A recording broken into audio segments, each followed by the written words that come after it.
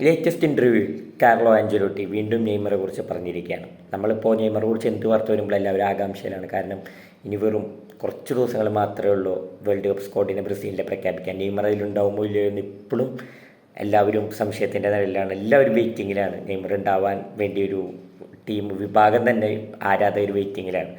അപ്പോൾ ഓരോ ആഞ്ചലോട്ടിയുടെ വാക്കുകളും എന്താ പറയുക, ബ്രസീൽ ആരാധകർ മാത്രമല്ല നെയ്മർ ആരാധകർ ഇങ്ങനെ ചെവി കോർത്തിരിക്കുന്ന ഒരു സമയമാണ്.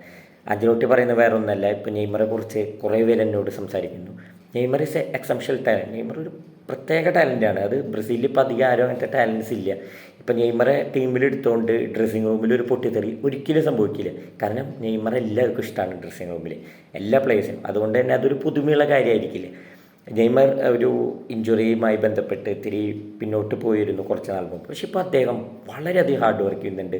അദ്ദേഹം ആ ഫിറ്റ്നസ് വീണ്ടെടുക്കാൻ വേണ്ടി ശ്രമിക്കുന്നുണ്ട്. അതിലെനിക്ക് ഒരുപാട് സന്തോഷമുണ്ട്.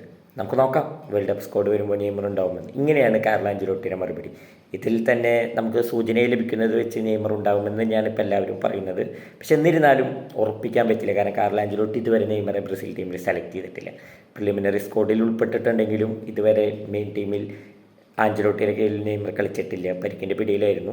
താരിപ്പോൾ 100% ഫിറ്റ്നസ് വീണ്ടെടുത്തായിട്ട് നമുക്ക് മനസ്സിലാക്കാൻ. കാരണം സാൻജോസിന് വേണ്ടി ഇപ്പോൾ അവസാനം കളിച്ച എല്ലാ മത്സരങ്ങളിലും ഗോളും അസിസ്റ്റൊക്കെ അദ്ദേഹം തിളങ്ങുന്നുണ്ട് എന്ന് മാത്രമല്ല 90 മിനിറ്റ്സ് കളിക്കാനുള്ള ഫിറ്റ്നസ് ഉണ്ട്.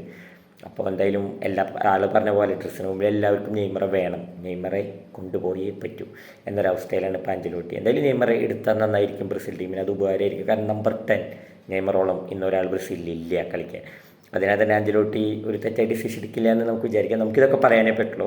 ബാക്കിയെല്ലാം ആഞ്ചലോട്ടിയുടെ കയ്യിലാണ്. എനിവേ, നെയ്മർ ലോകകപ്പിനുണ്ടാവുമെന്ന് തന്നെയാണ് ആരാധകരെയും നമ്മുടെ പ്രത്യേകിച്ച് മലയാളികളിൽ കുറേ ആരാധകരൊക്കെ ഉണ്ട് കേരളത്തിൽ. എല്ലാവരും പ്രതീക്ഷ. നമുക്ക് ആ പ്രതീക്ഷയിൽ തന്നെ മുന്നോട്ട് പോവാം.